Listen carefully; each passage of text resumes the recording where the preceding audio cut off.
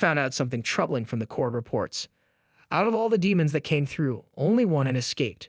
This demon was known as the One-Horned. It was very powerful and scary. The One-Horned managed to slip back through the gate to Meadow before it could be closed. Hyuka's face showed her anger and determination. She said, "Of all the Shuki that came, this One-Horned demon is the only one who got away. It's not just about the damage, it's personal." Her voice shook with strong feelings as she added, "I will never forgive him. The suffering and destruction he caused are unforgettable."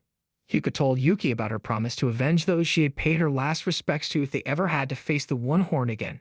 She was determined to ensure the demon faced the consequences for all the pain and destruction it had caused. Her resolve was clear. She would make sure the One-Horn paid for the suffering it had inflicted. After sharing her vow, Hyuka suggested they should head back to Mado.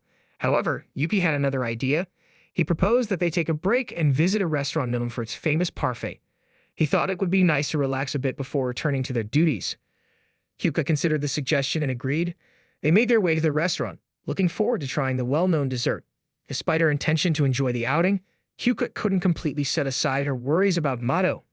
As they arrived at the restaurant and took their seats, Hyuka confessed to Yuki that she was still troubled about the situation back in Mado. The ongoing issues were making her uneasy, even though she tried to focus on the break they were taking. Yuki, who had lost his sister in a Mado disaster, understood Hyuka's feelings of grief and anger.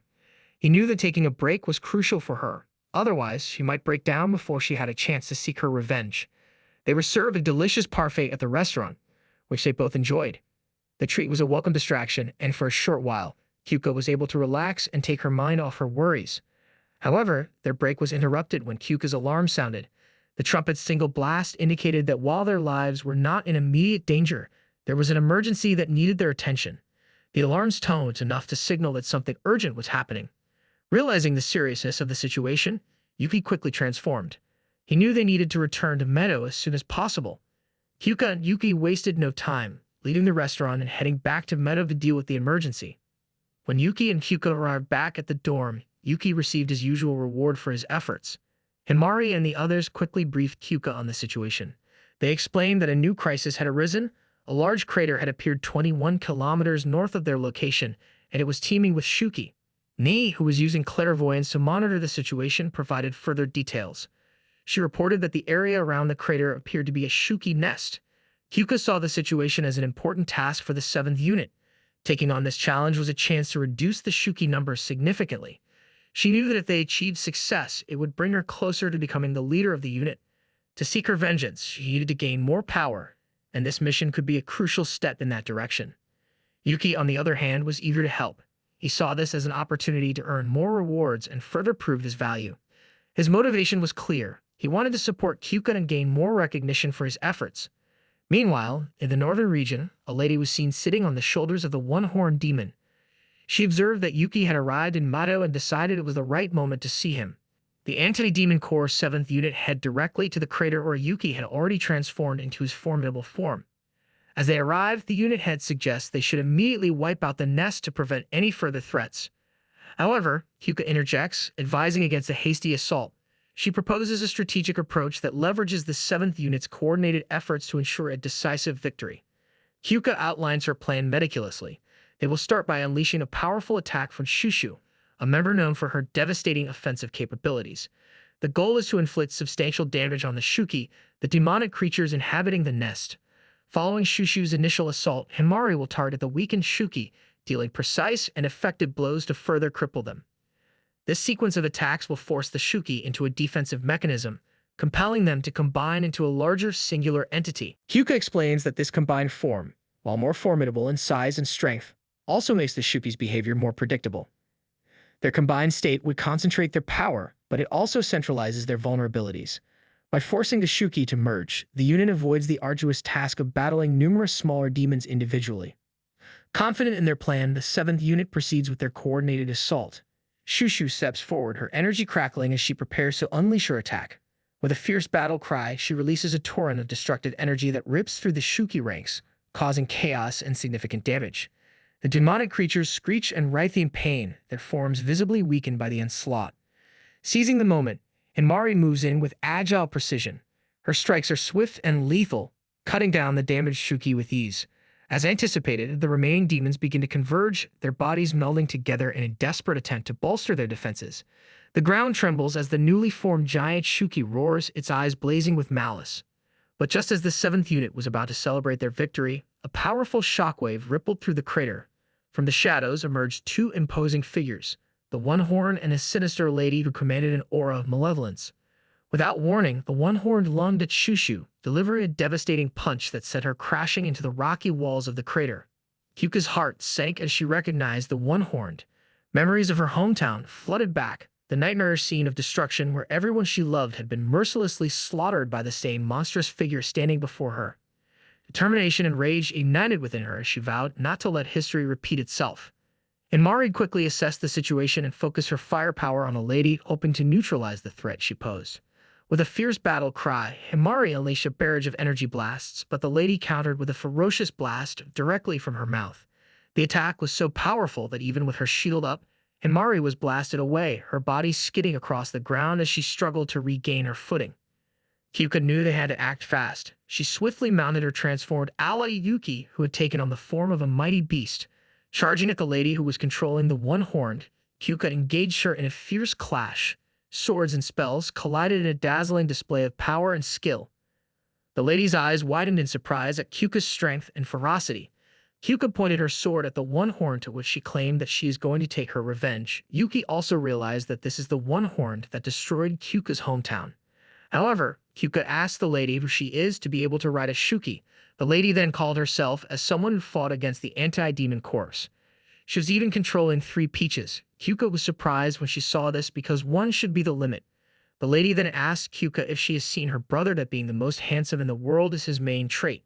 At that moment, Himari and the other members of the 7th unit were already injured, struggling to stay on their feet. Meanwhile, the lady continued her monologue, talking about her little brother with a strange mix of affection and pride. She recounted how he had always been very attached to her, often saying that he would marry her when he grew up. However, as he grew older, he became mischievous and required her guidance to learn proper manners. The lady's voice was almost nostalgic as she spoke, her eyes reflecting a certain fondness for her brother. Despite the dire circumstances, it was clear that her brother held a significant place in her heart, and she seemed to find comfort in these memories. Her narrative, however, was abruptly cut off when one of the huge Shuki let out a deafening roar.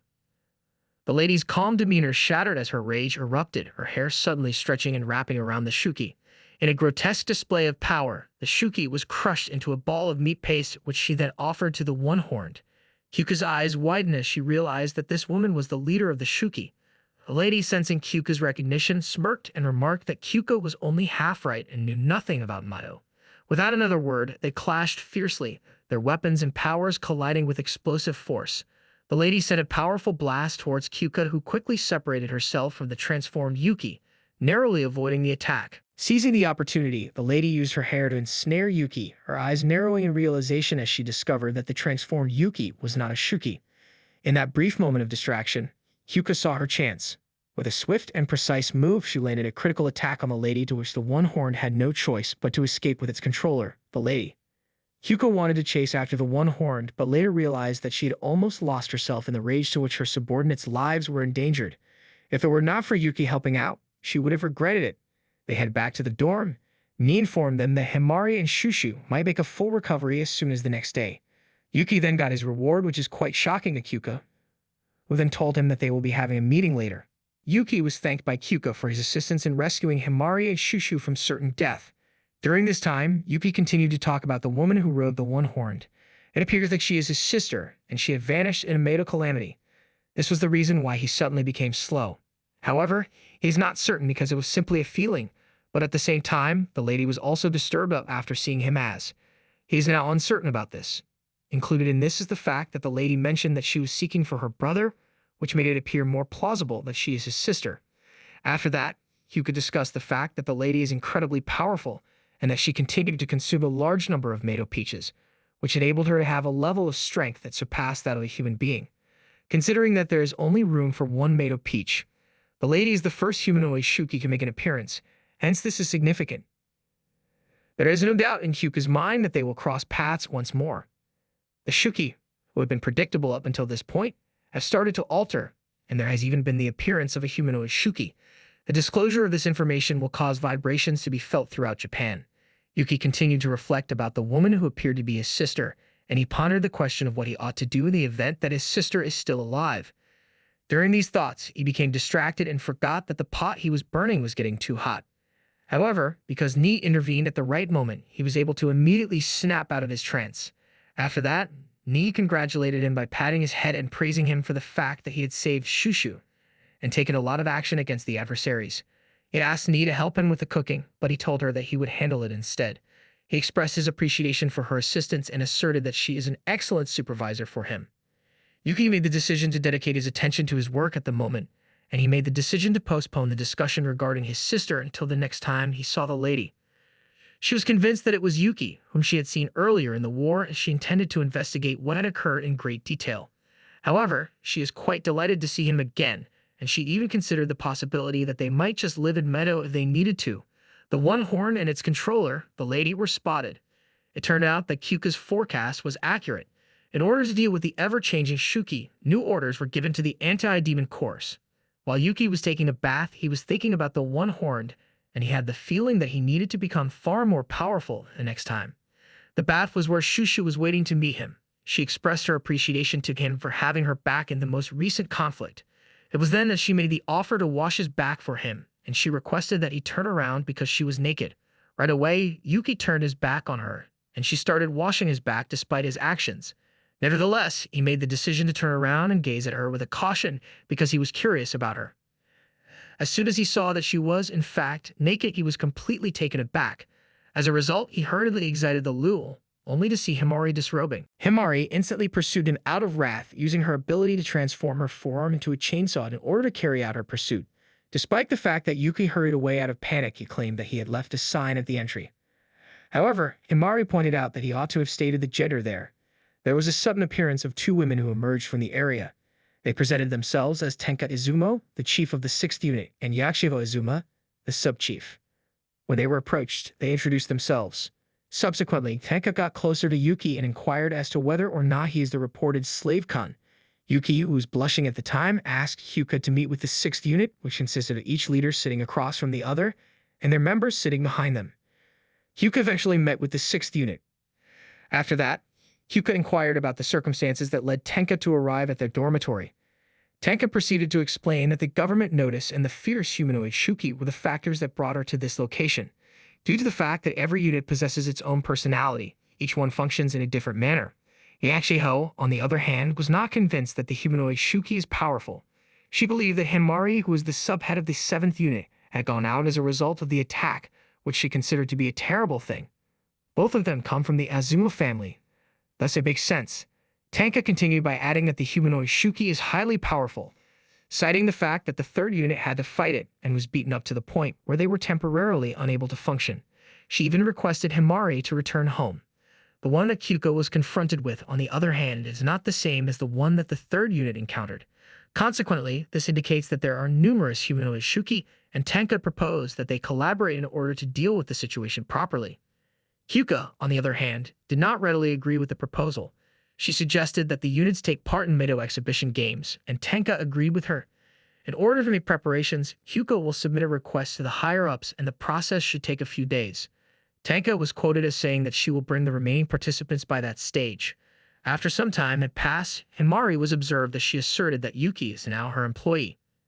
Himari savored the delicious ramen Yuki had prepared for her. Each bite filled her with a sense of satisfaction, and she couldn't help but think it was a good decision to have him as her slave. The taste was exquisite, and she appreciated the effort Yuki had put into making it perfect. She reflected on the upcoming Meadow exhibition games, a contest between units that had evolved from a method to settle disputes into a friendly competition. Winning the exhibition was crucial for her, and she believed that having Yuki as her slave would give her the edge she needed. His skills and dedication were invaluable, and she was determined to leverage them to ensure her victory. From a comprehensive list of events, the captains would each select one and participate in matches based on their chosen events. These matches are designed to showcase the strengths and abilities of their respective teams. Kyuka decided that their team would participate in a simple one-on-one event. This event would be a straightforward challenge where participants could only use the abilities of their peaches. It was designed to test raw skill and power without any external aids or team strategies. This event presented a significant opportunity for Himari. She could use this challenge to confront her sister, Yachiho, directly, settling their differences on equal footing. The one-on-one format would strip away all pretense and strategy, leaving only the pure essence of each participant's abilities. To prepare for the upcoming event, Hyuka tasked Himari with going out on patrol with Yuki. Himari then went out with Yuki in a patrol car, taking the opportunity to explain more about her abilities. She clarified that turning her body into a weapon, while useful, wasn't her main ability. She primarily used it because it suited her well in various situations. Her true ability, she revealed, was far more versatile. Himari had the unique power to learn and replicate other people's abilities. By setting a person's ability on her phone, she could harness and use it as her own. This included even the formidable powers of Kyuka. As they drove through their designated patrol areas, Himari elaborated on the potential of her ability. At that moment, a Shuki suddenly emerged from the ground. Reacting quickly, Himari used the patrol car to run over the Shuki, temporarily incapacitating it. She then turned to Yuki, indicating her need for his cooperation. With Kyuka's permission to use her power, Himari requested Yuki to transform into a slave. Though Yuki was initially concerned about the reward aspect, Himari's unwavering resolve reassured him. She was ready to put her body on the line to harness the necessary power. Recognizing the urgency of the situation, especially with more Shuki appearing around them, Yuki agreed to the transformation. Empowered by the combined strength of her ability and Yuki's support, Himari faced the swarm of Shuki with newfound confidence, ready to confront and neutralize the threat. He transformed into his form, but it's not the same as the one with Chief. Even Yuki realized that his reaction and powers are much lower than when he was with Kyuka. So, he began to pummel them until he defeated them all. Himari felt that this strength can make her fight her sister. However, she then discovers that her body is against her will to compensate Yuki. She was totally shocked when she realized the true meaning of putting her body on the line as a reward. Himari urged Yuki to turn his head away, but she won't be able to move her body until Yuki is entirely compensated, so she had no choice but to comply with Yuki's request. After some time had passed, they turned around and headed back to the dormitory. In the meantime, Yuki gave her the recommendation to switch this talent to something else. Himari, on the other hand, asserted that she had no choice because Shushu's skill did not truly assist her in any way. Therefore, the one thing that can be of great assistance to her is Kyuka's skill, which also includes her ambition. This is due to the fact that her family, the Azumas, had established their reputation in Meio as a result of all of their accomplishments. Due to the fact that her older sisters are exceptional, she is also subjected to a great deal of pressure. Before a critical test, she had put in an excessive amount of effort, and she had even managed to harm herself. Even while her peach skill seemed incredible at first, she eventually realized that it was the source of her weakness. As a consequence, she continued to lag behind and was made fun of by Azuma, particularly by her older sister, Yachiho. In addition to the fact that Yachiho has a habit of messing with her, she is now making preparations to do so during the exhibition game. Yuki was of the opinion that Himari had been working too hard. She demanded that Yuki work with her in order for her to be able to make amends for her previous failings and become the ultimate hero like Kyuka. In response, she suggested that they should have a finishing technique that is guaranteed to win against their adversary. As a result, Yuki came to the realization that he had been hitting and running around without giving it much thought, and that he needed to become significantly stronger himself. After making the decision to collaborate with her because their advantages were complementary, he inquired about Yachiro's ability, which was the capacity to exercise control over the passage of time. Yuki was completely taken aback and out of his mind when he learned about this dreadful power. The power that shows up through the Peach's gifts is wide and varied, giving each person special and powerful skills. Some users experience an increase in their physical strength, which lets them do amazing feats of strength, while others experience an increase in their cognitive abilities, which makes their memories much better. Yachido stands out from the others because he has a very rare and powerful skill called the Golden Hour. She can stop time or go back 5 seconds with this ability, which she does by striking a unique and proud pose. Himari and the changed Yuki talk about the details of Yachido's Golden Hour ability in a tense and planned way. Even though they know Yachido's power is very strong, they also know that it has big limits. You can see that Yachido is getting tired after using her power a few times. This gives them a very important chance to win. But they also know that pushing Yachiho to the point of exhaustion could be dangerous because using her time manipulation power over and over again could hurt them. Himari stresses how important it is to understand Yachiro's activation procedure.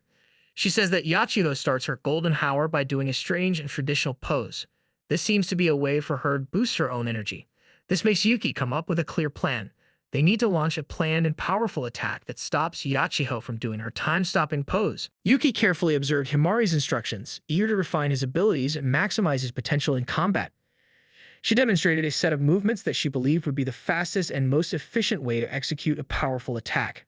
Yuki mirrored her actions, feeling a surge of excitement as he realized the potential of these techniques.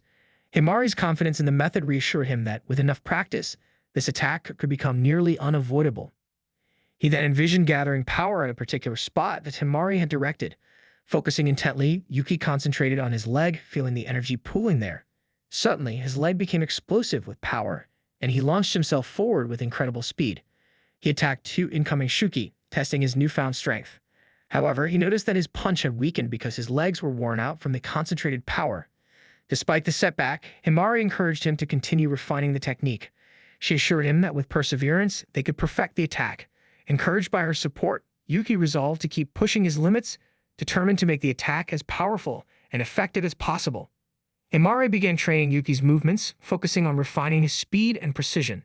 As they practiced, Hyuka came over and observed their session.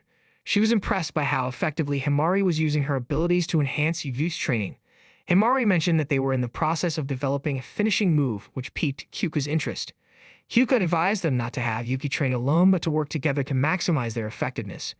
Himari took this advice to heart and decided to collaborate more closely with Yuki. She climbed on Yuki's back, and he suddenly felt a surge of power coursing through his body. Himari grasped the eternity chain around his neck and pulled, channeling additional energy into him. With this newfound power, Himari directed Yuki to attack another Shuki.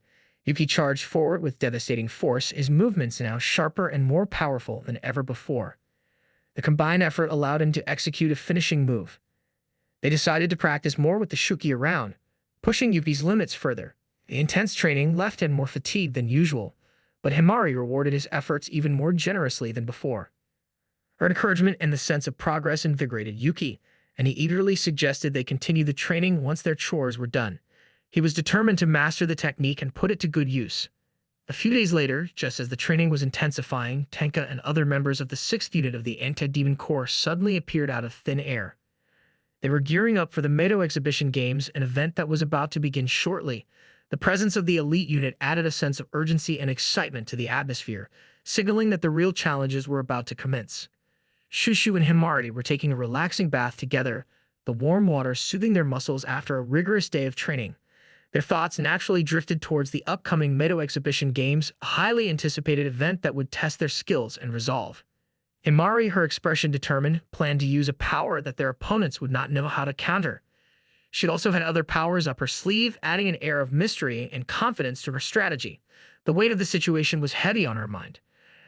Every soldier in Medo would be watching the result of this match, and the outcome was directly linked to Kyuka's evaluation. She couldn't afford to lose, not for the sake of their chief.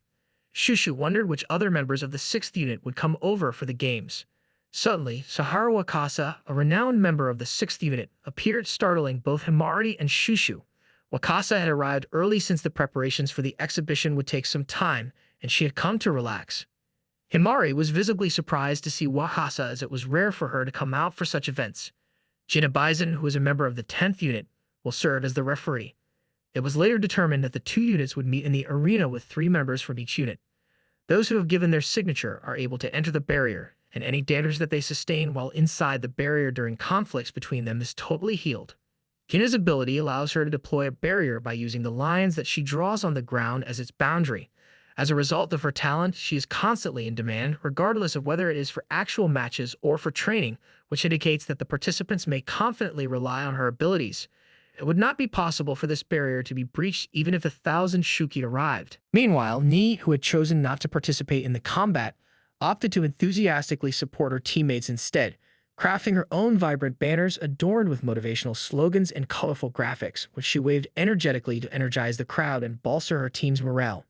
As the highly anticipated match was about to commence, Gina, the esteemed announcer, declared the start of the competition, prompting Himari with unwavering confidence and determination etched on her face to boldly step forward and assert that she would be the first to engage in the intense battle, setting the stage for an electrifying showdown. As the crowd's excitement reached a fever pitch, Yachiho stepped forward as the most dangerous opponent. Her eyes were filled with fierce resolve, and she was ready to battle Himari in a spectacular show of skill and strategy. Himari didn't give up and called up Yuki, who had changed dramatically, giving her a new level of power and potential. She was proud to say that this amazing change was part of her amazing ability, which made Yachivo not be scared or discouraged. Jinna, the authoritative announcer, took a moment to clearly explain the rules of the competition. She stressed that giving up would mean immediate defeat and reassured the fighters that any injuries they sustained during the battle would miraculously heal, allowing them to fight without holding back.